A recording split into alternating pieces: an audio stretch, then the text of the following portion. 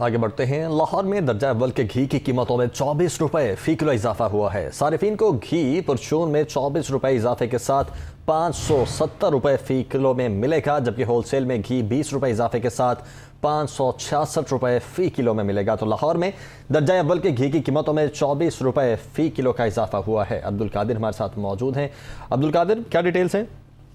आज मुख्तलिफ कंपनियों और ब्रांड की जानिब से घी की कीमतों में इजाफा किया गया और इस बार 24 रुपए फी किलो तक परचून बाजारों में इजाफा किया गया, जबकि होलसेल मार्केट में 20 रुपए फी किलो तक का इजाफा किया गया।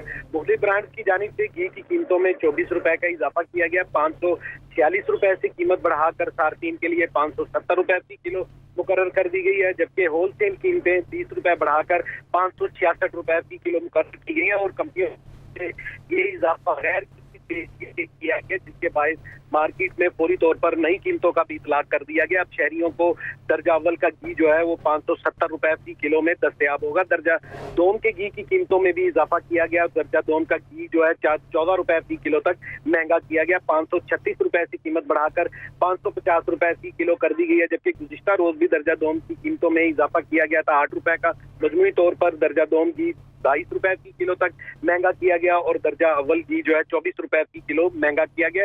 570 रुपए फी किलो में शहरियों को दर्जा अव्वल का घी अब दस्तयाब होगा। ठीक, और यानी कि कीमतों का इतलाक भी फौरी तौर पर हो गया है। अब्दुल कादिर, बहुत शुक्रिया आपका।